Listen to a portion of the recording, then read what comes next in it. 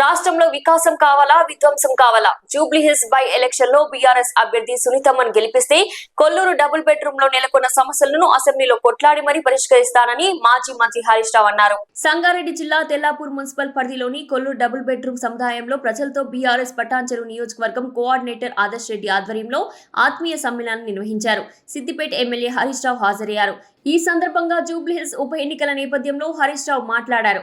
Jubilee hills లో Maganti సునీతకు ticket ఇస్తే కాంగ్రెస్ వాళ్ళు రాజకీయం చేస్తున్నారని, కాంగ్రెస్ వాళ్ళ భార్యలు చనిపోతే ఏడవరా, భర్త చనిపోతే భార్య సునీతమ్మ ఏడిస్తే మంత్రి పొన్నం ప్రభాకర్ కామెంట్స్ చేయడం సిగ్గుచేటని మండిపడ్డారు.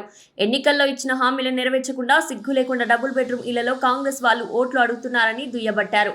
ఒక్క పైసా ఖర్చు లేకుండా కొల్లూరు డబుల్ బెడ్రూమ్లలో 40 లక్షల విలువ గల ఇంటిని కేసీఆర్ ఇచ్చి పేదల కలను కేసీఆర్ నిజం చేశాడన్నారు. కొల్లూరు ప్రజల ప్రేమ మద్దతు చూస్తుంటే కారుకే కేసీఆర్కే ఓటేస్తారని అర్థమైందన్నారు. మీతో పాటు జూబ్లీ హిల్స్ లోని మీ బంధువులు చుట్టుపక్కల వాళ్ళని కూడా ఓట్లేయాలని అడగాలన్నారు. సీఎం రేవంత్ కు ఓ జర్నలిస్టు 2 ఏళ్ల పాలనలో రెఫరెండం ఏంటని అడిగితే ఏం చెప్పాలో చేతగాక దాటవేశాడని దుయ్యబట్టారు. జూబ్లీ హిల్స్ లో కాంగ్రెస్ వాళ్ళు ఓట్లు అడిగితే ఓ పెద్దవా పింఛన్ ఏమైందని నిలదీస్తున్నారన్నారు. ఎన్నికల్లో అమ్మాయిలకి స్కూటీలు, పెండ్లి చేసుకున్న ఆడబిడ్డలకు తులం బంగారం ఇస్తానని రేవంత్ చెప్పాడని, మహాలక్ష్మి ఇస్తానని ఇవ్వకుండా సిగ్గు లేకుండా ఓట్లు అడుగుతున్నారన్నారు. తులం బంగారం ఇవ్వలేదు కానీ బంగారం ధర 1.5 లక్షలు పెంచాడన్నారు. రేవంత్ ప్రెస్ మీట్ లో హైటెక్ సిటీ కట్టినవా, కమాండ్ కంట్రోల్ రూమ్ కట్టినవా అని కేసీఆర్ ను అడుగుతున్నాడు. కేసీఆర్ ఏర్పాటు చేసిన బస్తీ దవాఖానా, హైదరాబాద్ ఫ్లైఓవర్, కాళేశ్వరం ప్రాజెక్టులతో పాటు మరెన్నో చేసిన అభివృద్ధి ఇవన్నీ కనబడటం లేదా రేవంత్ కు అని హరీష్ రావు ప్రశ్నించారు. రేవంత్ కు పిచ్చి పట్టింది, ఎర్రగడ్డలోని ఆసుపత్రికి వెళ్లాలని సూచించారు. ఓట్లు అమ్ముకోవద్దు, మంచి చేసే వారికి ఓటేసి జూబ్లీ హిల్స్ లో కారును గెలిపించుకుందామన్నారు.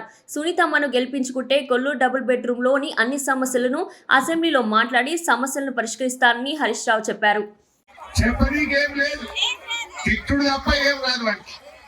ఏమన్నా చేసిందా? మహాలక్ష్మి రాలే, ఏమనంటే ఫ్రీ బస్ ఇచ్చిన, ఏమి ఇచ్చినా నాయన,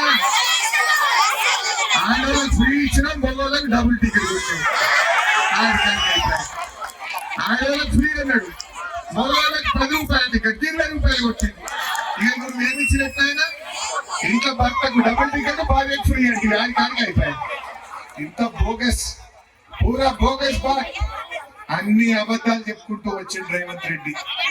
అందువల్ల ఒకటే ఆలోచించండి, ఇవాళ వికాసం గెలవాలన్నా విధ్వంసం గెలవాలన్నా. ఇవాళ ఈ ఇల్లు 1 లక్ష డబుల్ బెడ్రూమ్ ఇల్లు కేసీఆర్ కట్టి హైదరాబాద్ లో.